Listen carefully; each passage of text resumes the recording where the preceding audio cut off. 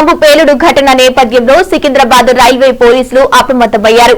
Secunderabad railway station లోని ప్లాట్ఫామ్లు, కార్ల parking తో పాటు రైళ్లలో విస్తృతంగా తనిఖీలు నిర్వహించారు. ఆర్పీఎఫ్ బాంబు డాగ్ స్క్వాడ్ సహాయంతో పోలీసులు చర్యలు చేపట్టారు. ప్రయాణికుల వద్ద ఉన్న బ్యాగులను సైతం క్షుణ్ణంగా తనిఖీలు చేశారు. రైల్వే స్టేషన్ పరిసర ప్రాంతాలతో పాటు రైల్వే స్టేషన్ కు వచ్చే ప్రయాణికులను ప్రధాన ద్వారం వద్ద విస్తృతంగా తనిఖీలు చేసిన అనంతరం లోపలికి అనుమతిస్తున్నారు. ఎలాంటి అవాంఛనీయ ఘటనలు చోటు చేసుకోకుండా జాగ్రత్తలు తీసుకుంటూ భద్రత కట్టుదిట్టం చేసినట్లు తెలిపారు.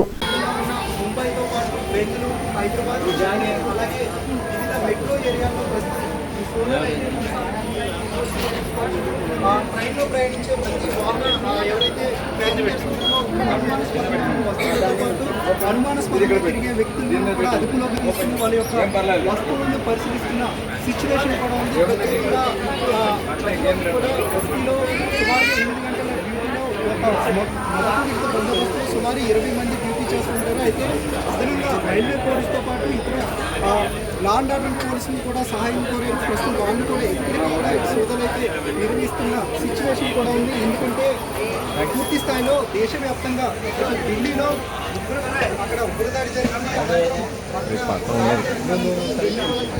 టెర్రరిస్ట్ పట్టుబడ్డారు. సో హైదరాబాద్లో కూడా ప్లాన్ చేశారన్న అనుమానంతో ప్రస్తుతం కేంద్ర ప్రభుత్వం కేంద్ర హోంశాఖ వివిధ రాష్ట్ర అధికారులకైతే అలర్ట్ జారీ చేసింది. సో ఈ నేపథ్యంలోనే అధికారులు ట్రైన్లతో పాటు అలాగే ప్లాట్ఫామ్లు అలాగే వాటికి ఆనుకున్న పరిసర ప్రాంతాల్లో విస్తృతంగా ఈ సోదాలు నిర్వహిస్తున్న సిచ్యువేషన్ కూడా ఉంది. ప్రయాణికులు ఎక్కడి నుంచి ఎక్కడికి వెళ్తున్నాడు, అలాగే వాళ్ళు క్యారీ చేసిన వస్తువులు ఏంటనేది తో పాటు అలాగే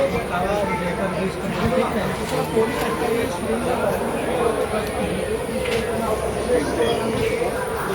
సోదాలు నిరంతరం అంటే మరో కొన్ని రోజుల పాటు కొనసాగే అనుమానాస్పదంగా తిరిగే వ్యక్తుల పట్ల అలర్ట్గా ఉండాలి. ఏదైనా వస్తువులు అనుమానంగా ఉన్న ఖచ్చితంగా పోలీసులకు సమాచారం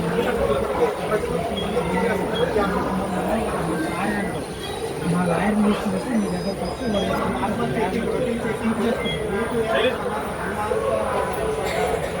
అదే మాట